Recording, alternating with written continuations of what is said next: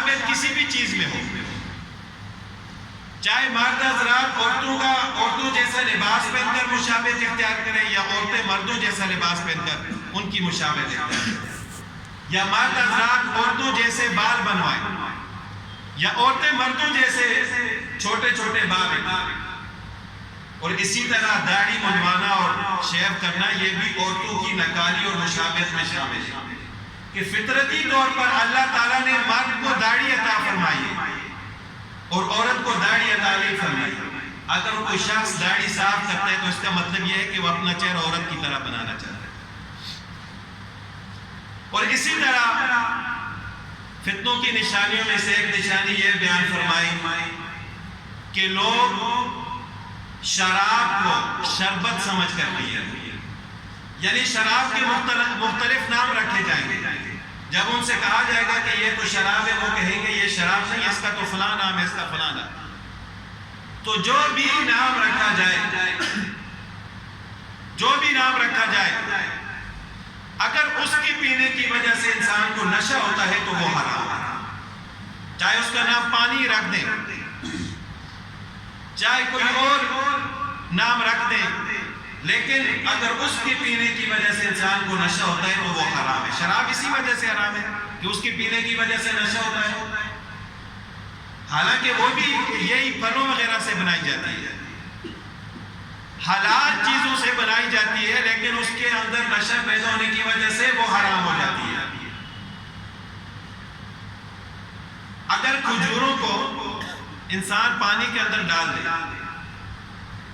تو اس کو کہا جاتا ہے نبیذ تمر، یہ پینا سنت ہے، لیکن اگر اتنی دیر کھجوریں پانی کے اندر رہے کہ پانی گاڑھا ہو جائے تو اس کے اندر بھی نشہ پیدا ہو جاتا ہے۔ جب اس کے اندر نشہ پیدا ہو جاتا ہے تو اس کا پینا بھی حرام ہے۔ اب دیکھیں کہ ایک چیز سنت ہے، لیکن جب اس کے اندر نشہ پیدا ہو گیا تو وہ بھی حرام ہو گئی۔ تو اسی طرح شراب کو جو بھی نام دیا جائے، چاہے وہ حلال چیز سے بنی ہو، لیکن جب اس کے اندر نشہ آ گیا، اس کے پینے سے نشہ پیدا ہوتا ہے تو وہ حرام ہے۔ تو ایسا زمانہ آئے گا کہ لوگ شراب کو مختلف نام دے کر شربت سمجھ کر پئیں گے، اور لوگ ایک دوسرے پر تہمتیں لگائیں گے، تہمت کی کثرت ہوگی۔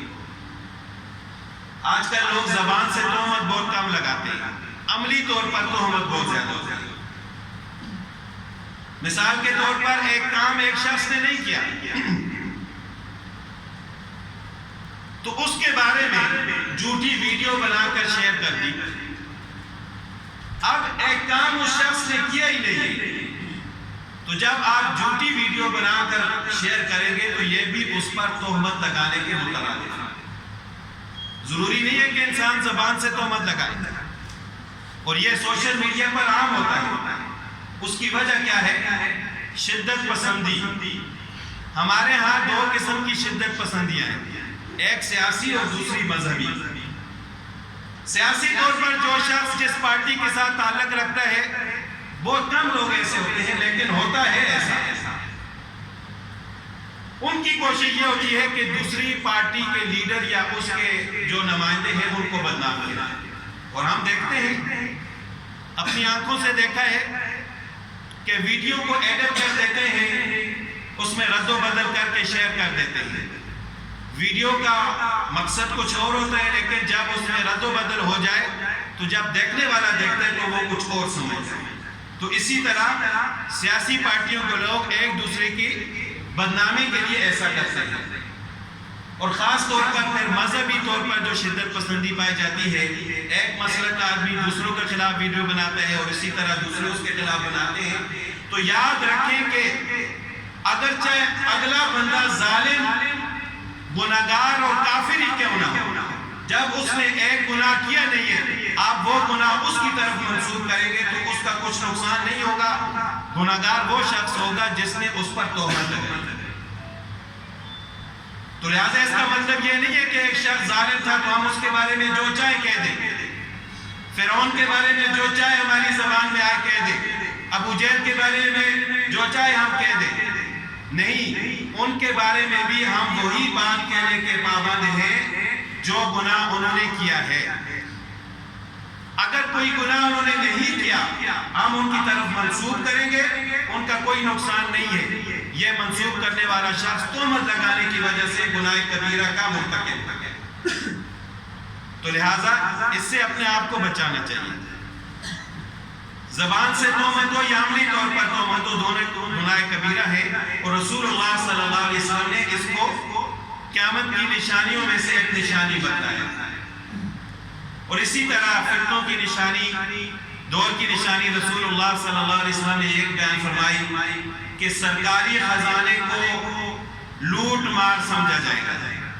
یعنی لوگ یہ سمجھیں گے کہ جس طرح چاہے استعمال کرو، اپنے ذاتی مال کی حفاظت کریں گے لیکن سرکاری مال کی حفاظت نہیں کریں گے. وہ جس طرح چاہے ضائع ہو جائے، جس طرح چاہے اس کو استعمال کریں. یہ بھی فتنوں کی دور کی ایک علامت اور نشانی کہ سرکاری بجلی ہے، جس طرح چاہے ضائع کرو. جہاں ایک پنکھے کی ضرورت ہے وہاں دو لگاؤ. جہاں سرکار نے استعمال کی اجازت دی ہے اس کے علاوہ اپنے ذاتی استعمال کے لیے استعمال کرو. اور اسی طرح اگر سرکاری گاڑی ہے، وہ سرکاری کام کے لیے اگر سرکار نے دی ہے تو اس کو اپنے ذاتی استعمال میں ڈال دینا. اسی طرح اگر سرکاری ٹیلی فون ہے، وہ دفتر